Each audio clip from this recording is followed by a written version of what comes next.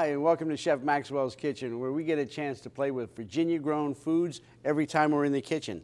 Today we've got some really special stuff for you. It's wintertime, so it's cold. We got a great soup. It's a corn and crab chowder. I got the pot started getting hot here. We got wonderful crab. Crab from Virginia is as good as it gets anywhere in the world, but we've also got good Virginia corn and good Virginia potatoes to go into that. So I'm going to start by putting some oil in the bottom of this stock pot. We're going to add some garlic. You can hear that sizzle. And some onions. We're going to stir that around and let that start to soften up and clear a little bit.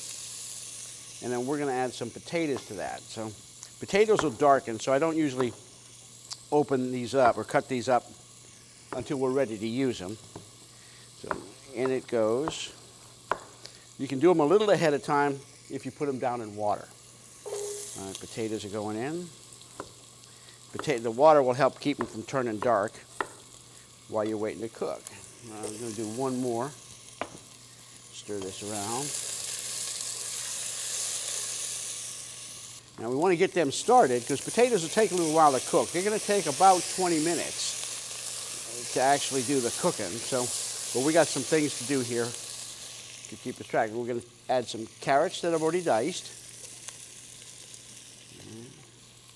Stir that around.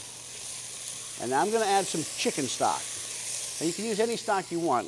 Most grocery stores have got a really good range.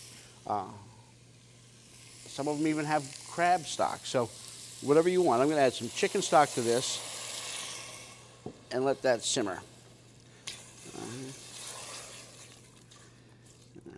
What we want to do is we want to soften up those potatoes enough so that when we add the crab and the cream, that it finishes off the soup. So we're going to go ahead and take just a little bit of a break now while this cooks for 20 minutes, and we'll be back and show you how to finish this soup up.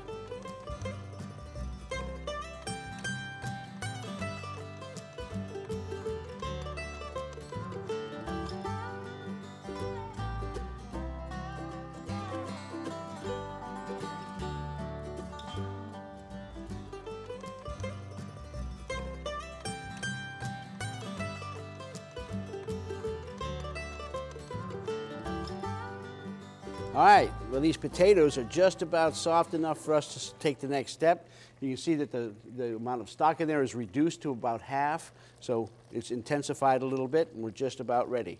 Now we're going to add the corn. All right.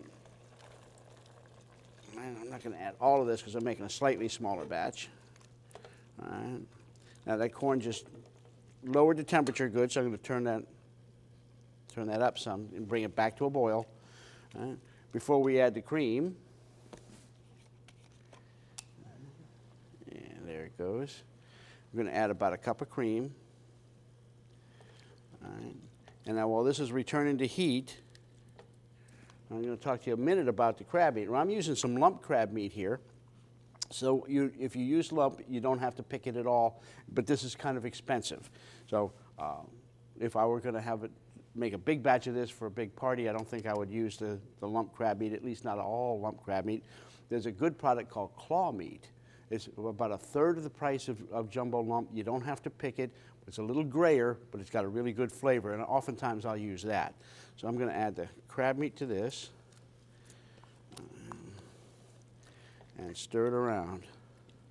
Now this just has to really get hot because all of the stuff that's in it now is cooked. I'm going to add some green onions. I'm going to adjust the seasoning with some salt and pepper.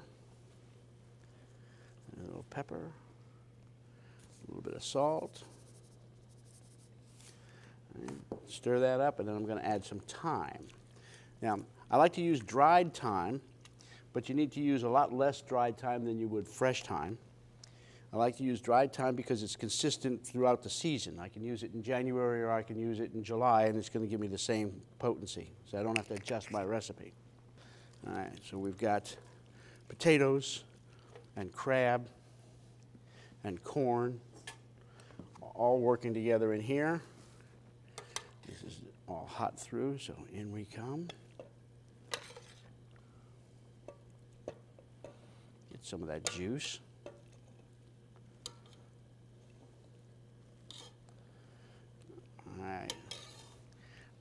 plate off. Put it down here where you can see it good.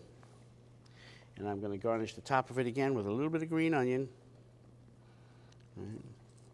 And we've got a wonderful crab and corn chowder featuring all Virginia products. That's wonderful, it's hearty, and it's going to warm you up really nice on a winter night. Remember, here at Chef Maxwell's, we always play with our food, but it's better if the food is safe, fresh, and locally grown. For more delicious recipes using Virginia-grown fruits and vegetables, contact Lisa Lloyd at the Virginia Department of Agriculture and Consumer Services at 102 Governor Street, Richmond, Virginia, 23219. Chef Maxwell's recipes are listed on the Virginia Farm Bureau website at vafarmbureau.org.